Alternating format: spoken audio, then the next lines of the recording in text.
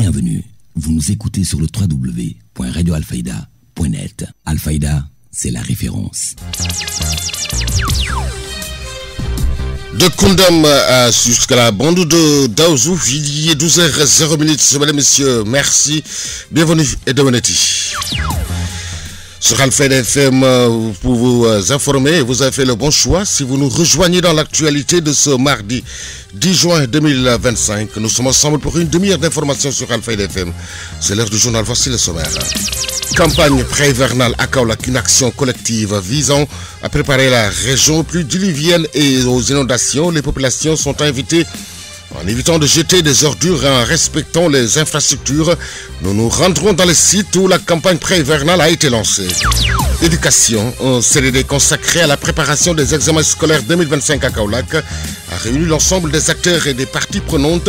Au point sur la lancinante question des enfants sans extrait de naissance, nous serons à la gouvernance de Kaolack. De la fatigue à l'asthénie, là où la médecine moderne se distingue, celle traditionnelle a également ses astuces contre la fatigue. Le reportage de Ndeye Fatou Sissi à suivre dans ce midi. Sur l'international Côte d'Ivoire, le PPAC fustige le comportement de l'ambassadeur de France, photographié avec le vêtement à l'effigie de Dominique Ouattara. Et puis sport, Angleterre-Sénégal ce soir à 18h45. Les Lions veulent garder leur série d'invincibilité de 21 matchs sans défaite. Voilà pour le sommaire, le développement, c'est juste après ceci. Le journal Serigne Moussa Kane. Qui vous dit bonjour, c'est Haj Libas Mbaye assure les opérations techniques Nioro après la conférence de presse du collectif pour la défense des intérêts de Nioro. Dénonçant les lotissements des champs au sud, un autre collectif faisait face à la presse. Il s'agit du collectif qui regroupe les propriétaires de ces champs en question. Les détails, c'est dans ce reportage de Seydina Alioune Keita. Les membres du collectif des propriétaires des champs de Nioro Sud n'ont pas cherché de midi à 14h pour répondre aux allégations du collectif pour la défense des intérêts de Nioro. Le collectif des propriétaires de champs a organisé cette conférence de presse pour informer plus amplement les Niorois sur le bien fondé de leur démarche et initiative avec la commune de Dabali. Seule la commune de Dabali pouvait instruire notre requête de lotissement. Je précise que si on avait les moyens, nous, propriétaires de champs, on pouvait nous-mêmes introduire la même requête. Mais il aura fallu aussi que la commune de Dabali puisse donner son avis favorable. Mais on a demandé à Dabali de supporter les frais. C'est pourquoi on parle de 50-50. Ensuite, contrairement à ce que disent certains soi-disant sachant, les propriétaires de champs sont habilités à demander un lotissement, voire s'ils ont des moyens et des capacités à les mener. Article 43 du Code de l'urbanisme. Lors de leur conférence de presse, ces derniers n'ont pas raté les membres du collectif pour les intérêts de Nioro Commune. En effet, certains s'agitent car ils détiennent à travers eux des papiers chiffons qui leur octroient des autorisations illégales d'occuper sur les champs d'autrui. Et certains parmi eux se sont rapprochés de nous pour nous en parler, mais on les a éconduits. Ces messieurs, intérêts de Nioro, ou du moins certains d'entre eux, ne s'activent aucunement pour Nioro, mais pour leur intérêt personnel. Par ailleurs, ils menacent de récupérer toutes les parcelles qui ont été vendues frauduleusement. On vous a attribué, vous voulez habiter. Depuis 2005, 20 ans, il n'y a même pas une brique. Et vous voulez vendre ça à partir de papier chiffon. Pour avoir 1 million, 2 millions et mettre dans votre poche. Et parti. Mais on n'acceptera pas. En tout cas, tout acheteur perdra son argent quand il achètera une de ses parcelles. Nioro Drip, Seydina Alioune Keita pour la radio Alfayda FM. Seydina Alioune Keita, notre correspondant permanent à Nioro. Retour à Kaolack, je vous le disais en titre. En prélude de la saison hivernale, les autorités municipales ont lancé vendredi dernier les travaux de curage et de profilage du réseau des eaux pluviales dans le cadre du bien-être des populations. N'est-ce pas, Alioune Badara Diop? La mairie de Kaolack a débuté la campagne pré-hivernale dans le cadre du bien-être des populations de la ville de Mbossé-Koumba-Djiguène. Une situation bien constatée dans les différents quartiers de cette localité. Ndeye Madjiguène Diouf, adjointe au maire de la commune de Kaolack, en charge de l'assainissement. En fait, il y a 2 mois de cela, on a débuté les travaux pré-campagne parce qu'il y a une activité qu'avait dirigée notre sœur Yassou. C'était une activité de VSD qui consistait à nettoyer, à enlever les dépotoirs d'ordures sauvages, à rembler certains sites dont le point est trop bas. Et ça rentre dans le cadre des activités pré-hivernales. Ces temps-ci aussi, il y avait Ndeye Lobé Lam qui avait fait un lancement sur les activités d'opération coup de poing, qui venait vraiment faire des remblais, niveler certains quartiers et faisait des tranchées pour faire évacuer les eaux. De toutes les façons, la semaine passée, on a débuté avec le curage mécanique, avec les gros canons, avec des moyens vraiment très lourds que la commune a supportés sur l'instruction de Michel le maire Serigne Mboup. Des sabotages parfois constatés par certains citoyens de la ville de Mbossé-Koumba-Djiguène, ce qui pourrait handicaper le bon fonctionnement de cette campagne pré-hivernale. Moi, je pense qu'il faut que la population de Kaolack change de mentalité. Parce que je ne peux pas comprendre un canal qui doit drainer de l'eau pluviale. Ce canal est jonctionné par des WC, des eaux de toilette et qui va changer la corrélation de l'eau, qui va changer l'odorat de l'eau et qui sera ultérieurement un vecteur sur le plan sanitaire. Parce que vu l'eau qui s'écoule gravitairement, vraiment, souvent on dit qu'il y a inondation. Et vous venez, l'eau, la corrélation change, c'est parce qu'il y a des branchements clandestins au niveau des canaux. Moi, je pense qu'il faut vraiment qu'on se donne la main dans la... La mairie de Kaolack Ndangan a déployé beaucoup de moyens pour la campagne pré-hivernale. Pendant ce temps, le maire de la commune de Kaolack, Serigne Mboup, interpelle et invite les populations à s'unir les forces pour le bon développement de cette localité, surtout l'assainissement qui hante le sommet des populations de la ville de Mbossé-Koumba-Djiguène. Alioune Badara Diop, campagne pré-hivernale, adjointe au maire de Kaolack en charge de l'assainissement, Ndeye Djiguène Diouf a supervisé ces travaux de pré-campagne. Elle a rappelé la volonté de l'équipe municipale de prendre à bras le corps ce problème. On a aussi débuté le curage manuel dans le marché central et au centre-ville. Vraiment, je pense qu'il y a un travail excellent qui est en train d'être. Effectivement, tout est fin prêt parce qu'actuellement, on a un curage mécanique couplé d'un curage manuel dans les gros canaux. Si on cure mécaniquement, après, il y a des manuels qui viendront désobstruer les buses ou bien désobstruer les ponts pour que l'eau assure sa direction avec fluidité, sans obstacle au préalable. Parce qu'il y a un vieux qui me disait souvent que le développement d'un pays n'est pas un apport d'argent, mais plutôt un changement de comportement. J'appelle à toute la jeunesse kaolackoise, j'appelle aux personnes ressources vraiment de venir se rencontrer au niveau de la commune ou ailleurs, vraiment essayer d'échanger pour qu'on puisse prendre en charge nos ouvrages. Parce que ces ouvrages, ça coûte très cher et quand l'État nous les donne, c'est à nous, élus, c'est à nous, personnes ressources, c'est à nous, ASC, c'est à nous, Badjanougor, vraiment de les prendre en charge avec l'appui de la jeunesse. Effectivement, ces matériels font le travail. Depuis le début, on n'a pas de souci par rapport à ça parce que nous avons loué qu'une seule pelle mécanique, un seul mais actuellement, nos pelles mécaniques, nos camions et l'appui de la Sonaged vraiment nous aide à évacuer les déblais à destination. Vraiment, nous demandons à la jeunesse de se remobiliser, de réunir les efforts parce que vu les prévisions de météo, attendons à beaucoup d'eau. Et je pense que toutes ces eaux doivent être drainées vers l'exutoire et on aura besoin de l'appui de la jeunesse au niveau de la commune vraiment pour une prise en charge totale. Jeunesse consciente, expérimentée et osée, je dis bien pour une prise en charge totale vraiment de cet hivernage au bénéfice de la population de Kaolack. À l'instant, l'adjointe au maire de Kaolack en charge de l'assainissement, Ndeye Djiguène Diouf, restons toujours dans ce chapitre d'assainissement à Kaolack, où le maire Serigne Mboup a lancé les grandes manœuvres pour la campagne de préparation pré-hivernale. Il a interpellé l'État du Sénégal sur cette question. Il est interrogé par Alioune Badara Diop. Génie militaire vraiment nous encourage. Mais du côté de l'État du Sénégal, nous, vraiment, on doit être clair. Kaolack n'a pas encore ce qu'il mérite en assainissement. Il ne l'a pas. Depuis des années, on ne l'a pas. Nous, on voit ce que Kermassar avait des problèmes, ils l'ont réglé. À Touba, ils sont en train de faire des efforts. Rufisque, ils sont en train de le faire. Et Kaolack, c'est le projet de Khakoun que nous félicitons. Mais le projet de Bandaouzou, vous avez vu ce qu'il y a. Ça, la mairie ne peut pas le régler. Donc, ne peut pas le régler. Il faut que l'État du Sénégal revienne. Le ministre nous a reçus. On l'a dit, on l'a donné toutes les possibilités. Mais on leur rappelle aussi que Kaolack, nous, il n'y a que deux choses qu'on demande à l'État, que nous, qu'on fasse les canalisations. La mairie en a les moyens, mais peu des moyens qu'on a. Peu des moyens qu'on a. On est en train de le faire. La mairie peut faire quelques routes. Je donne un exemple. On avait vraiment que nous déplorons, je peux le dire, que nous, on avait tombé d'accord avec Agiroute, qu'on devait revenir signer ici, avec nos machines,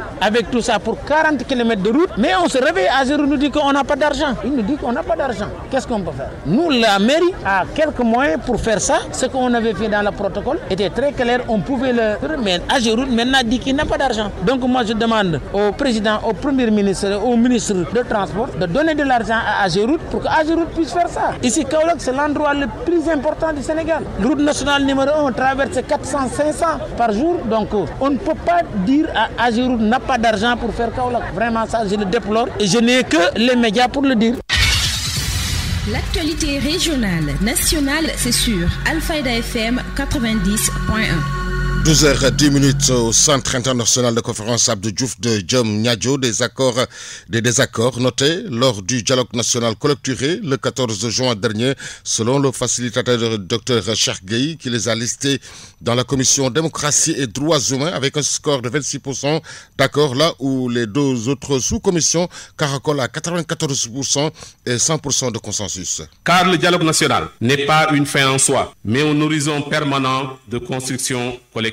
Nous avons été plus de 700 à avoir participé à ce dialogue en présentiel. C'était exceptionnel pour un dialogue national, mais normal pour un dialogue que le président de la République a voulu inclusif. Une diversité extraordinaire a été également notée dans la participation. Toutes les forces vives de la nation ont été largement représentées. Au total, nous avons obtenu 100% de consensus dans la commission 3, 94% de consensus dans la commission 2 et 26% pour la commission 1. 15 000 Sénégalais, en grande majorité des jeunes, ont exprimé leur opinion sur les différents points du dialogue à travers la plateforme Djubonti. Sénégalais, nous avons osé interroger notre propre système politique, déconstruire les routines du jeu politique, revisiter les piliers de notre démocratie, sans crainte ni complaisance. Nous avons regardé en face notre histoire démocratique, avec ses blessures, ses conquêtes, ses vertus et ses failles. Et surtout, nous avons dessiné une nouvelle utopie réalisatrice et un avenir plus lumineux pour le Sénégal. Que chacun ici se sente fier. Ce dialogue est une victoire, non d'un camp sur un autre,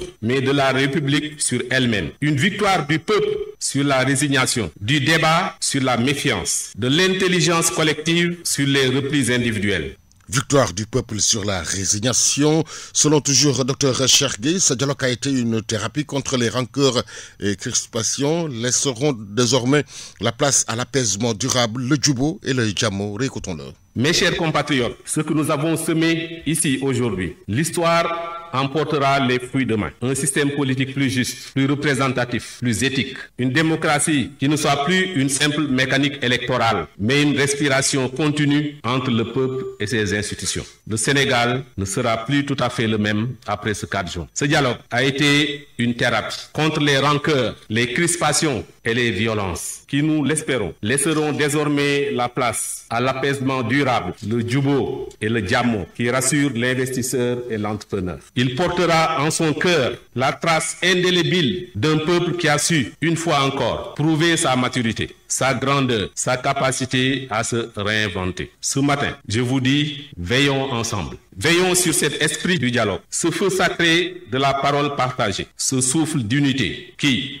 quand il embrase la nation, la rend invincible. Que Dieu bénisse le Sénégal, terre d'harmonie, de courage et de renouveau. Que vive le dialogue, que vive la République, que vive notre démocratie, debout, fière et fraternelle. Je vous remercie de votre attention.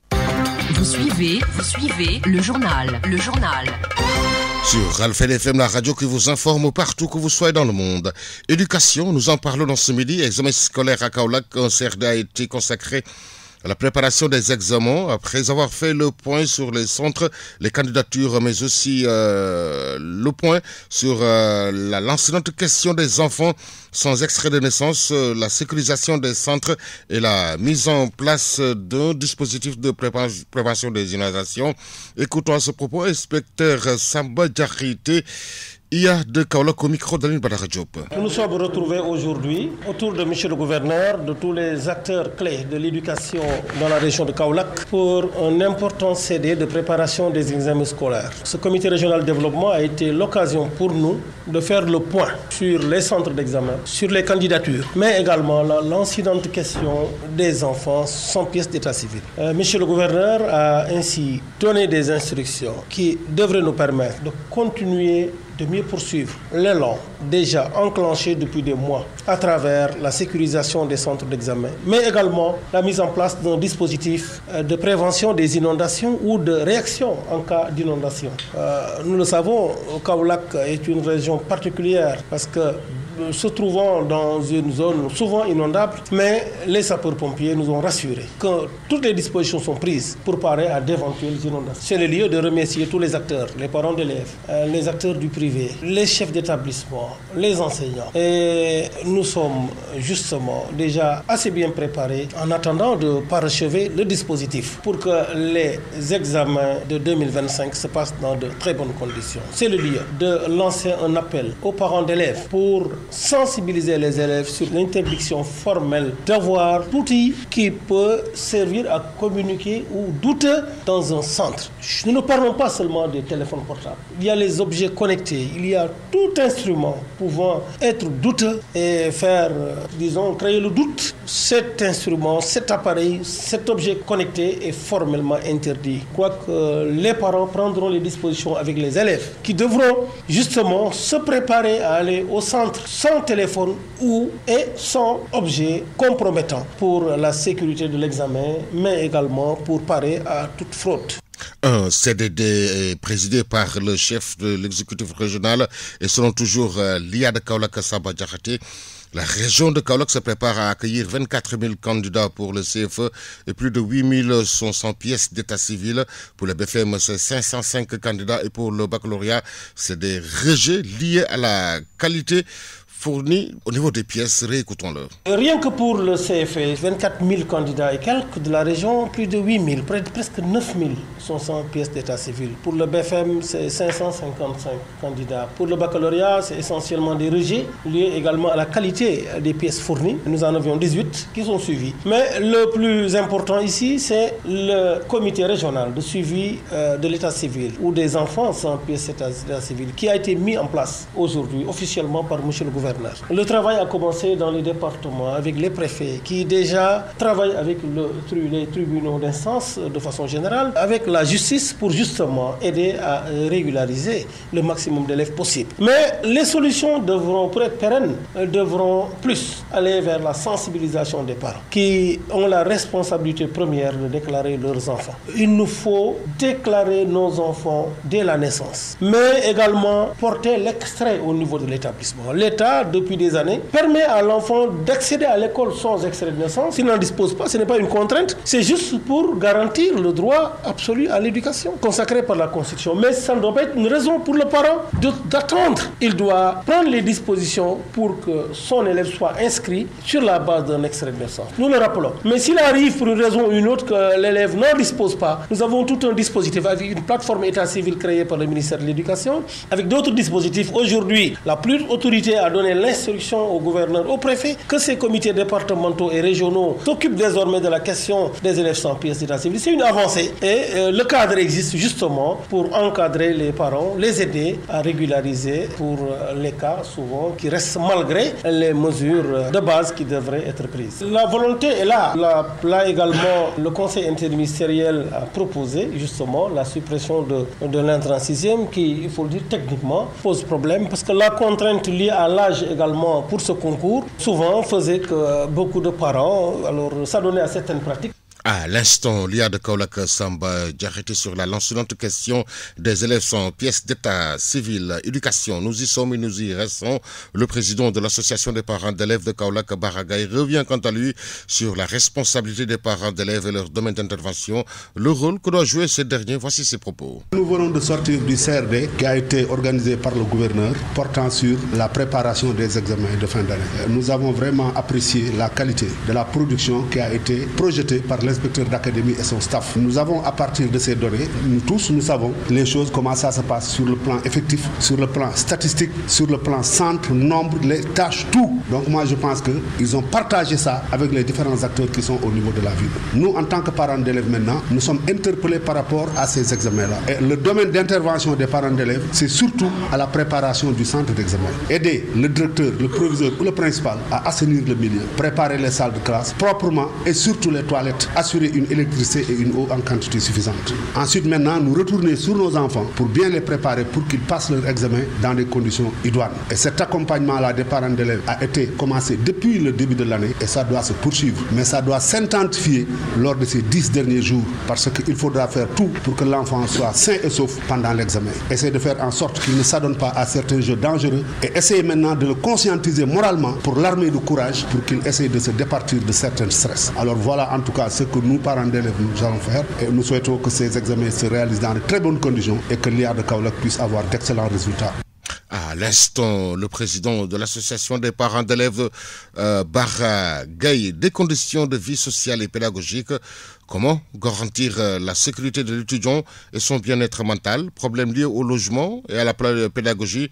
Chérif Sen, il est le chargé des relations extérieures de l'Union régionale des étudiants de Kaolack. Pour parler de nos conditions de vie ici à l'université, lancer une plateforme, c'est-à-dire apporter les éclaircissements, éclairer la lanterne en vue d'une meilleure appréhension et compréhension de nos conditions de vie, mais sur ce que nous devons lancer en prise de responsabilité. Maintenant, ici à l'université, est-il besoin de rappeler les défis qui nous interpellent? Parce que les enjeux sont si cruciaux et les défis sont si urgents pour que nous dans l'Union. Maintenant, nos conditions de vie sont à la fois sociales et pédagogiques. Et garantir la sécurité de l'étudiant et son bien-être mental ne soit préalablement juguler sa problème lié au logement et à la pédagogie. Et pour ce faire, ce que nous lançons aujourd'hui, ça va contribuer activement et ça va s'inscrire dans l'action citoyenne. Parce que l'étudiant n'est pas un membre exclu dans la société. Nous sommes ici dans la société, mais nous sommes aussi cette élite étudiantine qui vise à financer ses propres activités, d'autant plus que notre principal source de revenus, c'était de voir les autorités afin qu'ils puissent nous aider. Et plus souvent, lorsqu'on disait qu'il ne faut pas tout attendre des autorités de bonne volonté, ça paraît être outrancièrement incongru. Mais pourtant, de nos jours, ça paraît suffisamment être appris à nos yeux comme une évidence aveuglante qui transcende toute la société étudiantine, qu'il est unanimement admis à tous les efforts des autorités ou des bonnes volontés. Il faut une conjugaison de forces étudiantines mûrement réfléchie, clairement définie et positivement impactante. Maintenant, les défis liés au logement, c'est ahurissant. De nos jours, l'Union régionale des étudiants de Kaolack ne dispose aucun appartement qui va abriter les 41 communes. Vous voyez, le nombre est assez faramineux. 41 communes, 3 départements, on nous parle de 20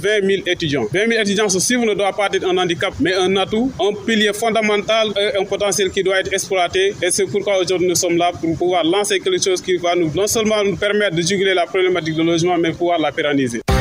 Vous suivez le journal. Sur Radio Al-Fayda à Kaolack. Si vous nous rejoignez dans l'actualité de ce mardi 10 juin 2025, l'info se poursuit sur la référence. Il est exactement 12h21 au marché Kharial de la Fatick à l'Estanie. Certaines personnes souffrent en traînant avec elles des lourdeurs et autres sensations qui les laissent croire qu'elles sont tout simplement fatiguées. Là où la médecine moderne se distingue, celle traditionnelle a également des astuces contre la fatigue. Un reportage de Fatou Cissé. Sa boutique de médicaments au marché Kharial de Medina Baye, Ousmane Li est un tradipraticien qui s'exerce également dans la vente. Comment soigner la fatigue fait partie des raisons qui amènent des personnes jusque dans sa boutique. La fatigue appelée chono en wolof est un état du manque de repos, manque de sommeil. Nous confie M. Thiam, docteur en pharmacie. Du côté de la médecine traditionnelle, des remèdes efficaces existent et la communauté les utilise fréquemment.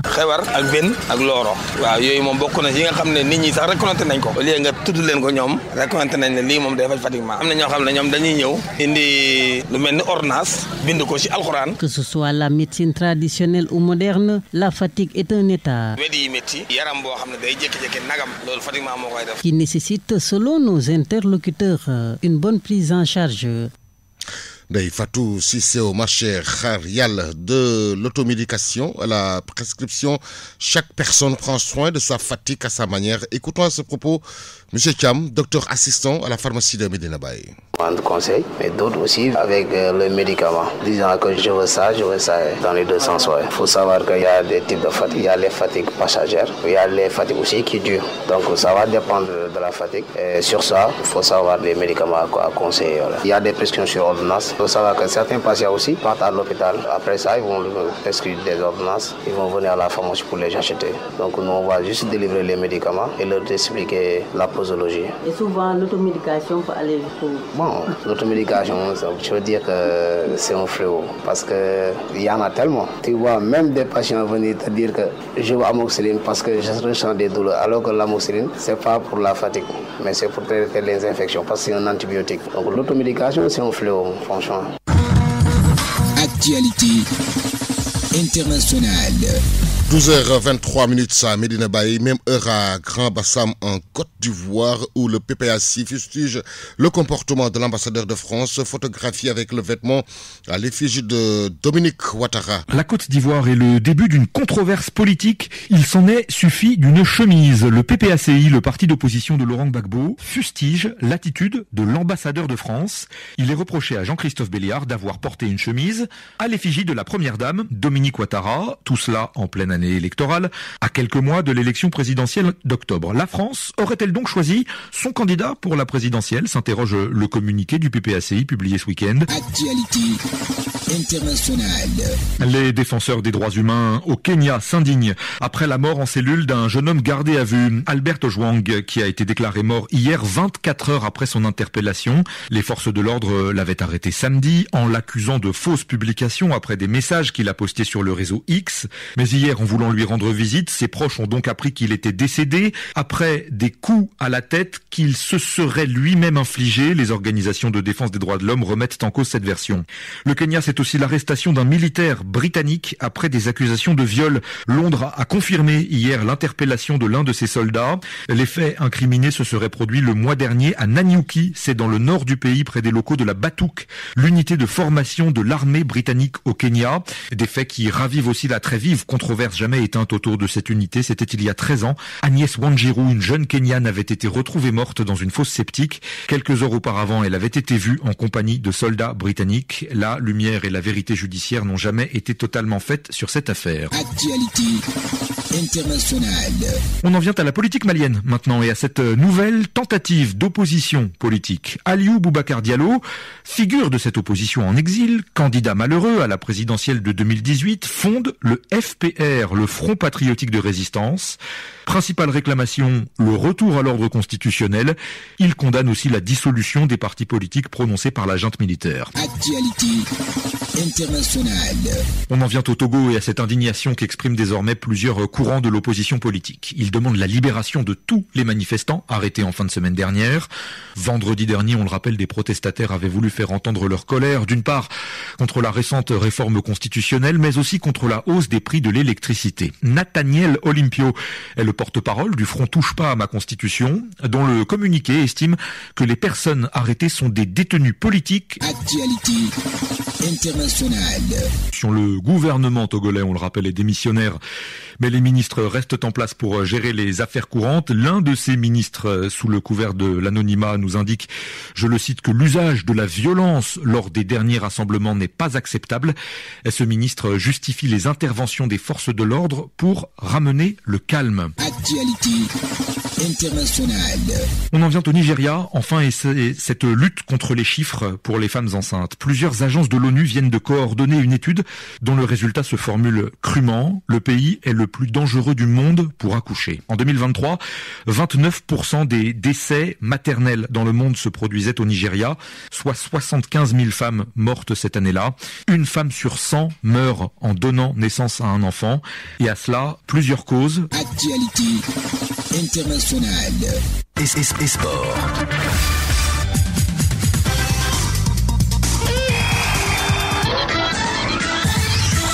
Une page sportive que nous ouvrons avec du football.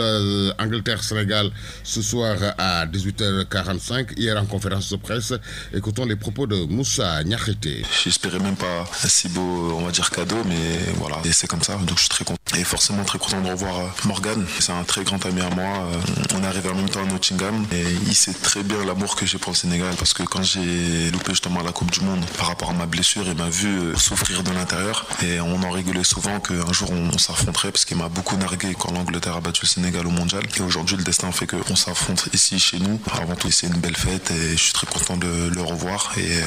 Mais demain, on sera adversaire pendant 90 minutes et après les 90 minutes, on reprendra notre belle amitié. À l'instant, Moussa Niakhaté, selon Pape Thiaw, le Sénégal est dans une série de 21 matchs sans défaite. Alors, il veut continuer sur cette lignée. Suède-Algérie à 16h55. Qualification zone euro ce soir à 18h45. Finlande-Pologne. Pays-Bas reçoit Malte. Roumanie reçoit Chypre. Saint-Marin reçoit Autriche. Serbie joue Andorre. Lettonie joue Albanie. Qualification Coupe du Monde zone Amérique du Sud. Bolivie-Chili à 20h. Uruguay-Venezuela à 23h. Argentine-Colombie à 0h. Brésil-Paraguay à 0h45. Pérou-Équateur à 1h30. Mercato, Leeds United veut recruter Habib Diarra et dégaine 26 millions d'euros. Retour chez nous pour parler du basket. Final Four match retour. La Jeanne d'Arc bat la GBA et ira en finale. Chez les femmes, l'AS Ville de Dakar remporte le match 1 dans le Final Four face à Saint-Louis Basket Club. Ça est tout pour cette page sportive. C'est la fin de cette édition. Merci à Sidi Haj Libas Baye qui en a assuré la partie technique. La rédaction en chef a été assurée par Neifatou Sissé. Était devant ce micro, Serigne Moussa Kane. L'info revient dans moins de 25 minutes. Ce sera en Wolof avec Maria Maba. Tout de suite, le rappel de ce qui a fait l'essentiel de ce 12h. Campagne pré-hivernale à Kaolack, une action collective visant à préparer la région aux pluies diluviennes et aux inondations. Les populations sont invitées en évitant de jeter des ordures, en respectant les infrastructures. Nous nous sommes rendus dans les sites où la campagne pré-hivernale a été lancée. Éducation, un CDD consacré à la préparation des examens scolaires 2025 a réuni l'ensemble des acteurs et des parties prenantes. Un point sur la lancinante question des enfants sans extrait de naissance. De la fatigue à l'asthénie, là où la médecine moderne se distingue, celle traditionnelle a également ses astuces contre la fatigue. Vous avez suivi le reportage de Neifatou Sissé au marché Khariala de Kaolack. Sur l'international Côte d'Ivoire, le PPAC fustige le comportement de l'ambassadeur de France photographié avec le vêtement à l'effigie de Dominique Ouattara. Et puis sport, Angleterre-Sénégal. Ce soir, les Lions veulent garder leur série d'invisibilité de 21 matchs sans défaite. Mesdames et messieurs, merci de nous avoir accueillis dans l'intimité de chez vous. Excellente suite de programme sur la 90.1. Le journal Serigne Moussa Kane.